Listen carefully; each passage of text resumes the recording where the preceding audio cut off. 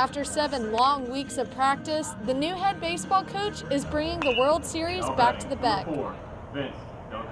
And we inter-squatted every single day we practice this fall, so it's not really that different from that sense, but the fact that we let the players draft the teams and let them coach the teams kind of gives them a little bit more ownership, puts a little bit more on the line, and it just gets some, there's something at stake, so that gets the nerves going and makes it a little bit more like a real game.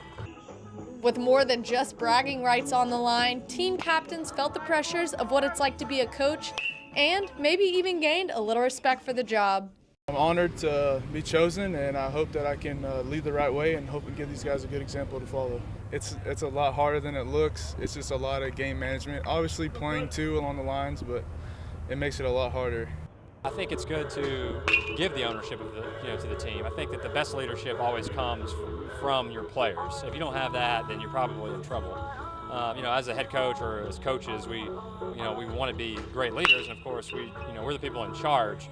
But I think it's always very important to have good leadership on your team, and we're seeing that right now. Scrimmaging in practice is one thing, but when you add the elements of a live game like the fans, lights, and umpires, the veterans stand out over the rookies.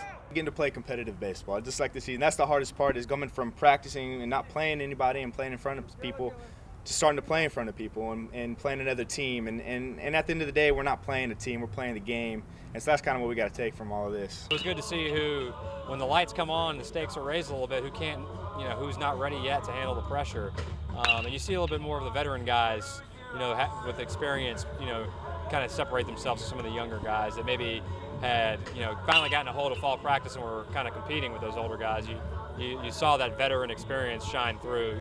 At the end of the day, it's all fun and games until the losers have to accept the consequences. If we lose, we have to paint our body for a basketball game, which it really is not that bad. I think that'd be kind of exciting to show support for the basketball team, but obviously you don't want to be the team that loses. Aside from the trash talking and conditions that go on, this series is put on to prepare for the regular season. Hopefully that they're ready to turn the page from going against each other to coming together in January and getting ready to go into this season that we're going to go through. In Beaumont, Brooke Kirchhoffer, Big Red Sports Network.